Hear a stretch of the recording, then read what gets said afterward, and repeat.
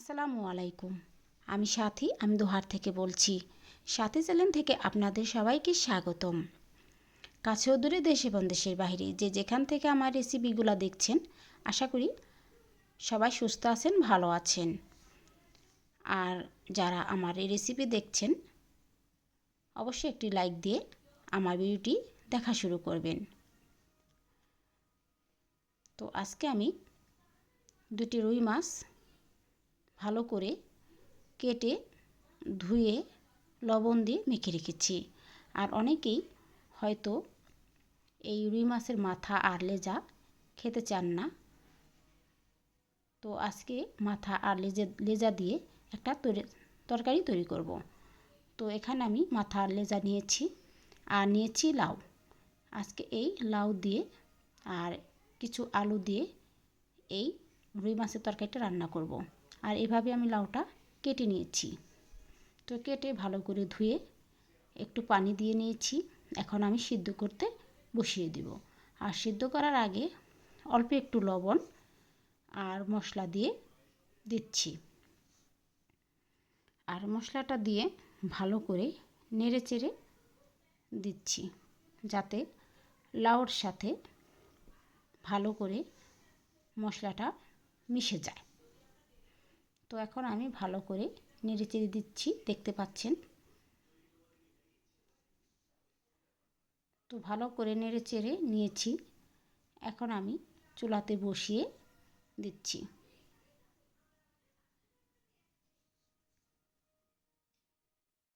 তো আমি ভালো করে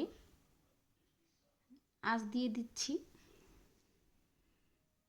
তো দেখতে পাচ্ছেন আমার লাউগুলো সেদ্ধ হয়ে গেছে। তো এরকম সেদ্ধ হয়েছে। আর আসলে লাউটা অনেক কচি ছিল।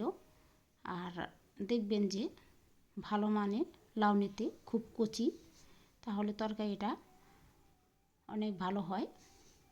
তো আমার লাউটা সেদ্ধ হয়ে গেছে। আমি এখন একটা ঝুড়িতে লাউগুলো ঝরিয়ে দিচ্ছি পানি। আর এখানে আমি মশলাটা কষিয়ে নিচ্ছি। দিয়ে দিচ্ছি মশলাতে কিছু কাঁচামরিচের ফালি। আপনারা ঝালটা কেমন খাবেন আপনাদের ইচ্ছা মতো দিবেন। আর আমি মাথা লেজাগুলো ছোটো ছোটো পিস করে কেটে নিয়েছি। এখন আমি মশলার সাথে ভালো করে কষিয়ে নেব। চমৎকার একটা লাউর তরকারি রেসিপি। রুই মাছ দিয়ে বা ইলিশ মাছ দিয়েও এই লাউয়ের তরকারিটা খেতে পারেন। তো আমি কষিয়ে ঢেকে দিকে নেড়ে চেড়ে এই তরকারিটা রান্না করছি। আর একটা কথা, লাউ দিয়ে মাছের তরকারি রান্না করলে মশলাটা হালকা দিবেন, বেশি গাঢ় মশলার দরকার নেই, তাহলে এই তরকারিটা খেতে বেশি ভালো লাগবে না। আর আমি মাছগুলা একটু ভেঙে ভেঙে রান্না করব। এরকম রান্না আমার মা চাষিরা রান্না করতো, আর আমার শাশুড়িও রান্না করতো, আমি দেখতাম। খুব টেস্ট এই রান্নার।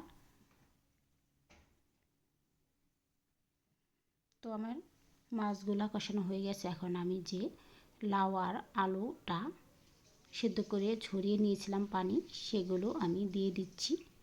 দিয়ে আমি মাছের সাথে ভালো করে নেড়ে চেড়ে আবার একটু ঢাকা দিব। তো ঢাকা আমি এখন উঠিয়ে নিলাম। এখন আবার আমি একটু নেড়ে চেড়ে নেব।